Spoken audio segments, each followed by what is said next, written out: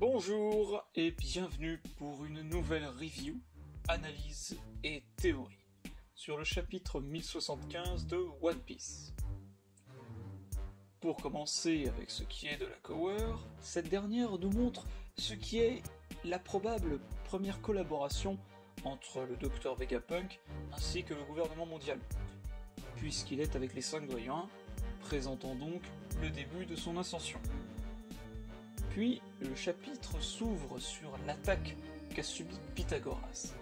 Shaka tente de regarder à travers les escaméras ce qui se passe en vain. Puis une ombre les détruit. Il est probable qu'il s'agisse des Séraphins, sur lesquels nous allons revenir, puisqu'aucun autre individu n'aurait la possibilité de les attaquer.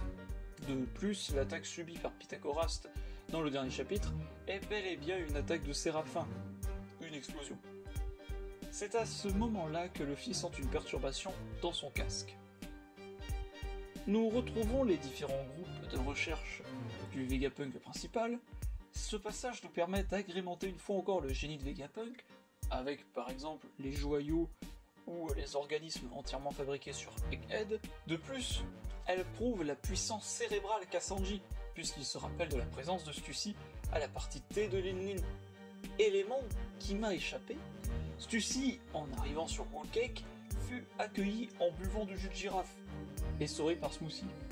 Et plus tard, Stussy endormira Kaku en lui aspirant son jus, son sang. On a ici un petit foreshadowing ou fusil de Tchekhov, un élément qui, en amont, présente un élément futur. Puis l'équipe de York découvre que Pythagoras n'a rien grâce à sa tête qui a la capacité de se détacher. C'est alors que, sans pris égard, York s'approche de S-Snake et se voit pétrifié avant que cette dernière n'attaque le reste du groupe.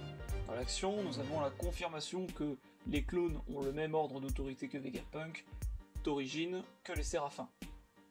On va revenir sur ça.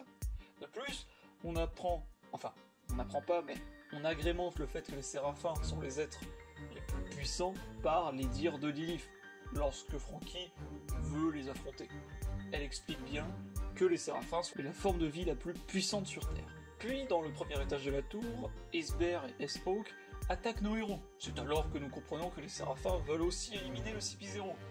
Mais, en bon protagoniste, Luffy et Zoro trouvent ça mauvais de les laisser mourir de cette manière, attachés. Et c'est tout à leur honneur. Nous teasons ensuite une alliance CP0 et Zoro-Luffy.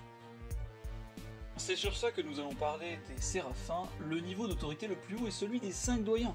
Un doyen est en route pour Egg, et les communications sont brouillées, le casque de Luffy. Tout semble indiquer que c'est Saturne qui a lancé cet ordre. De plus, tous les hommes du CP0 sont morts ou blessés. Si le gouvernement lance un Buster Call, ils veulent probablement éliminer le CP0. N'oublions pas qu'en arrivant, Kaku a bien lancé le fait qu'ils avaient un risque d'être éliminés.